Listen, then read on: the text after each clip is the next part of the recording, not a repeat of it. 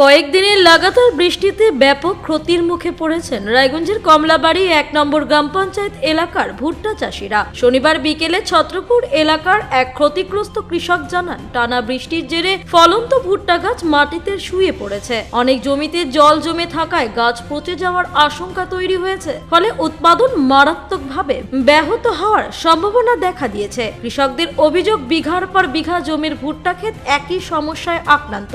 এতে বিস্তীর্ণ এলাকার বহু চাষি আর্থিক ক্ষতির সম্মুখীন হচ্ছেন। প্রাকৃতিক দুর্যোগে দিশেহারা কৃষকেরা প্রশাসনের সহায়তা ও ক্ষতিপূরণের দাবি জানিয়েছেন। এদিন এ বিষয়ে ক্ষতিগ্রস্ত ভুট্টা চাষি বিনোদ বর্মন বলেন, দাদা কি নাম আপনার?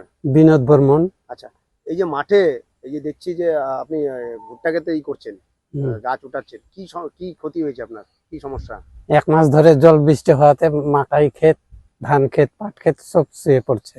আচ্ছা, বৃষ্টির কারণে? বৃষ্টির কারণে এরকম মাঠে এরকম কত জমি রয়েছে? 100 বিঘা জমি ক্ষতি হয়েছে। আপনার আপনার কতটা জমি রয়েছে? এই 4-5 বিঘা। আপনার কতটা ক্ষতি হয়েছে? 2 বিঘা। 2 বিঘা কি অবস্থায় রয়েছে? জলের মধ্যে শুয়ে আছে। আচ্ছা, তো 1 বিঘা এই ভুট্টা ফসল করতে আপনাদের কেমন খরচা হয়? কেমন? 7-8 হাজার তো হবেই। আচ্ছা, তো এইবার কি সরকারের কিছু সাহায্য করলে ভালো হয়, মানে যে অবস্থায় রয়েছে? যে অবস্থায় রয়েছে। তো গতবারও তো এইরকম এরকমই দেখা গেছিল। তো এইবার এই যে এই অবস্থা রয়েছে, তো কি লাভ হবে মনে হচ্ছে? হবে না, আরো ক্ষতিকর। কি করে লাভ হবে? মাকাই তো শুয়ে পড়ছে, জলে তো ভাসতেছে, এতে কি আর লাভ হবে? মোটামুটি এই মাকাইগুলো তোলা হয় কখন? এটা জ্যৈষ্ঠ মাসে। তো এখনই শুয়ে রয়েছে? এখনো শুয়ে রয়েছে, তাহলে কি হবে? ওগুলা সব পচে যাবে। পচে যাবে।